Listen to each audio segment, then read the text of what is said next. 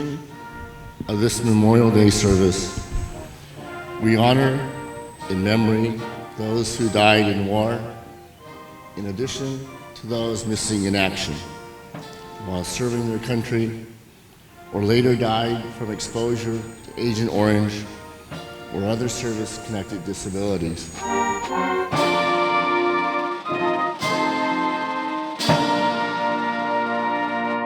I extend a heartfelt aloha to all our veterans, surviving family, friends, and family, and to all who have come to join the annual Puna District Interfaith Memorial Day observance.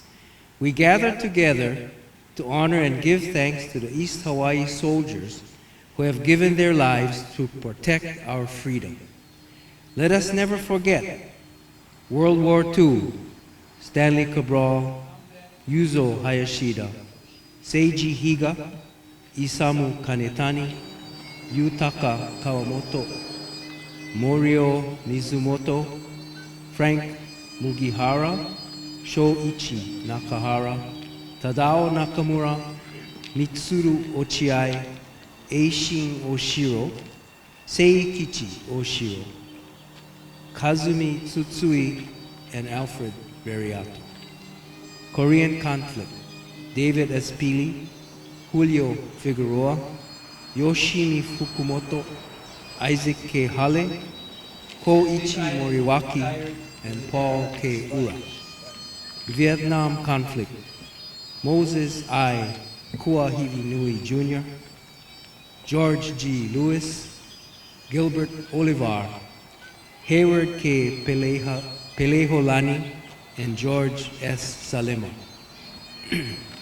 Wars in Iraq and Afghanistan, Ray M.J. Furman II. For those who currently serve and those who have served in the past, we thank you. Your commitment and devoted service reflect our veterans' proud legacy. Mahalo to all the men and women of our armed forces, and especially those who have sacrificed their lives to defend the ideals of freedom and democracy. You are our nation's heroes and have our deepest appreciation and respect. With warmest regards, David Y. Ige, Governor, State of Hawaii.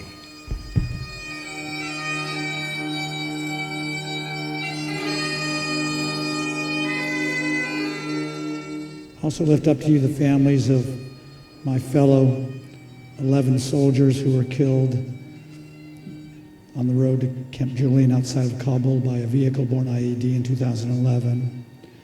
I lift up to you the family of the U.S. Marine KIA I traveled with in the cargo hold of a C-130 in Iraq in 2005. And for me, whose sacrifice epitomized all those who have fallen both before and after, just as the patriotism and steadfastness I saw in the faces of dozens of the young soldiers whose company I shared in Qatar in 2005 as they enjoyed a few days of leave before returning to the front lines, epitomized the hope and future of our country in the hands of these wonderfully capable young men and women, and who I pray for to return home safely.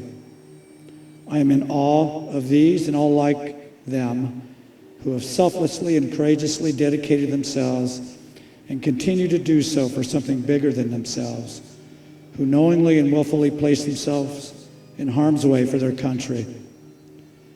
I also lift up to you those that are often forgotten, the wives and husbands and mothers and fathers and sons and daughters, as they too have sacrificed. Lord, may these sacrifices not be in vain. May we learn from them, and may we find peace as we seek you with all of our hearts, minds, and souls. In Flanders fields the poppies blow, between the crosses row on row, that mark our place, and in the sky the larks, still bravely singing, fly, scarce heard amid the guns below. We are the dead. Short days ago we lived, felt dawn, saw sunset glow, loved and were loved, and now we lie in Flanders fields. Take up our quarrel with the foe. To you from failing hands we throw the torch. Be yours to hold it high. If ye break faith with us who die, we shall not sleep, though poppies grow in Flanders fields. We can never repay them for their physical, mental, and emotional anguish they suffered and continue to suffer. But we can humbly express to them our deepest appreciation and heartfelt gratitude that we still live in the land of the free and the home of the brave.